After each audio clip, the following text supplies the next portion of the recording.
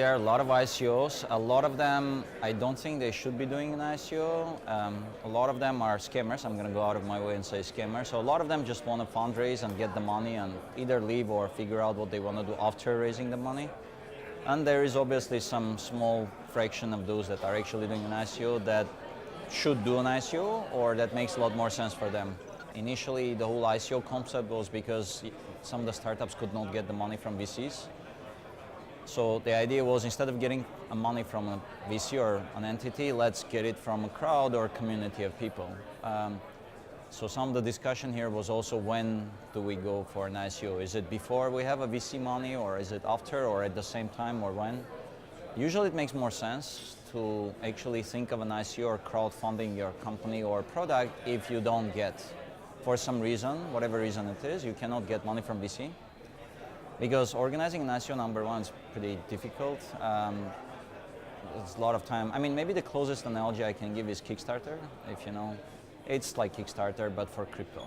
So it takes a few months to organize, there is no guarantee of success, and a lot of the cases, there is a lot less maybe checks and balances in ICO than in a normal VC case. With VC, you have to go stringent checks and balances, they have to really look with your team.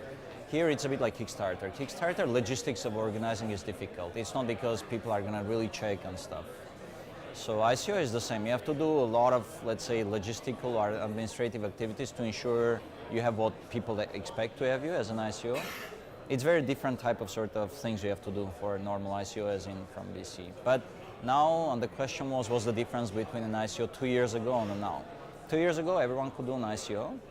Nowadays, it's a lot less. A lot of even crypto investors look at your white paper, look at your team. So all of it becomes almost like business as usual investor type of a check. So they see, okay, this makes sense, this doesn't make sense. So the hype and the like sort of a bubble around ICOs is a bit like calming down. Buy a token, I do very normal business due diligence and technology due diligence. So for me, it's business as usual. The difference is this is a new tech or a new type of technology. But I look at the team, I look at their track record, I look at what they've done or if they have a product. And yeah, of course, I also look at the blockchain part of things, how they choose a tech, does it make even sense for them? Because a lot of the cases, it doesn't make sense for some of the startups to do a blockchain, but they still do because they want to get the money or they think it makes sense. So some of it is metrics for me as well, so make sure.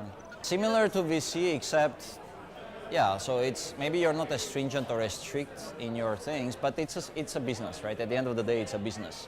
That's what I've been keeping on saying, that you have to be pragmatic and you have to think what makes sense when you are investing. If you think that team is not there or the product, or they just try to raise some money, there's metrics.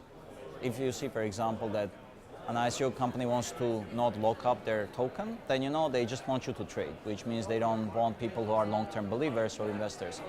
They just hope that a lot of people start trading, so some people make money.